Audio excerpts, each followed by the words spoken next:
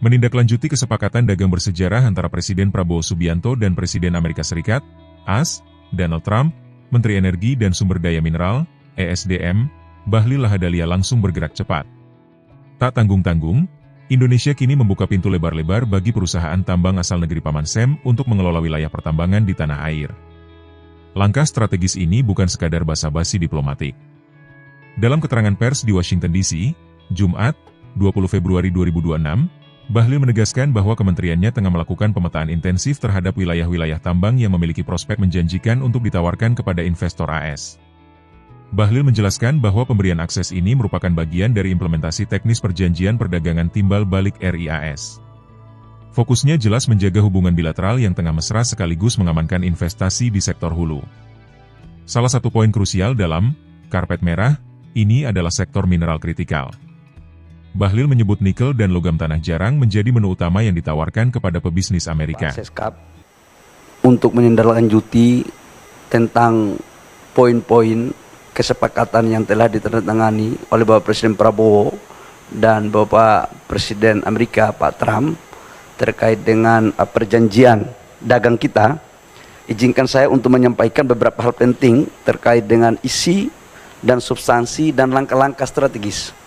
Secara kebetulan kemarin sudah dijelaskan oleh Menko dan sekarang kami akan menjelaskan secara teknis pada tataran implementasi.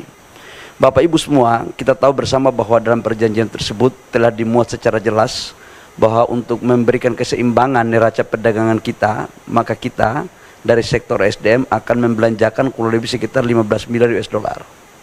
Dari 15 miliar US dollar ini terdiri dari membeli BBM jadi, kemudian LPG dan crude. Sudah barang tentu ini adalah merupakan langkah sejarah baru kita membeli dalam jumlah yang besar. Dan nanti akan dijelaskan oleh Dirut Pertamina tentang teknis implementasinya.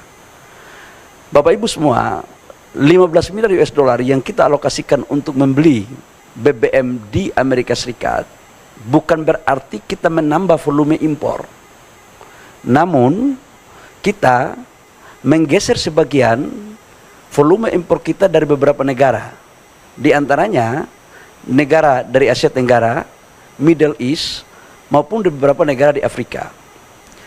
Secara keseluruhan, neraca komoditas daripada pembelian BBM kita dari luar negeri itu sama. Cuma kemudian kita geser. Dalam prakteknya nanti, pembelian ini sudah tentu akan memperhatikan mekanisme-mekanisme keekonomian yang saling menguntungkan. Baik menguntungkan kepada pihak Amerika Serikat dan badan usahanya maupun dari pihak Indonesia. Kita tahu bahwa impor kita cukup besar di LPG, kurang lebih sekitar 7 juta ton per tahun. Dan salah satu yang selama ini sudah kita lakukan juga adalah sebagian kita ambil dari Amerika. Tapi volumenya kita akan naikkan.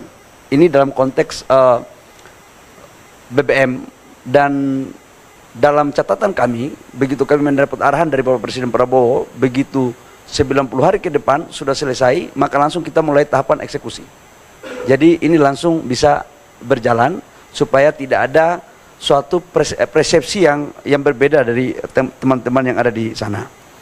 Yang kedua, kami juga menjelaskan tentang mineral kritikal, bahwa Indonesia menganut asas politik bebas aktif dalam konteks pergaulan diplomasi luar negeri.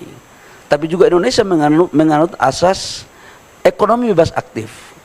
Artinya kita memberikan ruang yang sama kepada semua negara, termasuk Amerika dan beberapa negara lain yang akan melakukan investasi di Indonesia, khususnya di mineral kritikal. Dan ini sudah terjadi sebelum perjanjian ini pun sudah ada contoh seperti Freeport. Freeport itu perjanjiannya sudah kita lakukan dan mereka mempunyai konsesi secara baik mengikuti aturan, kemudian juga membangun smelter kurang lebih sekitar hampir 4 miliar US dollar, dan itu adalah salah satu smelter terbesar di dunia untuk pabrik tembaga. Nah, untuk mineral kritikal terkait dengan nikel, logam tanah jarang, dan mineral-mineral lainnya, kami telah bersepakat untuk memfasilitasi bagi pengusaha-pengusaha yang ada dari Amerika Serikat untuk melakukan investasi.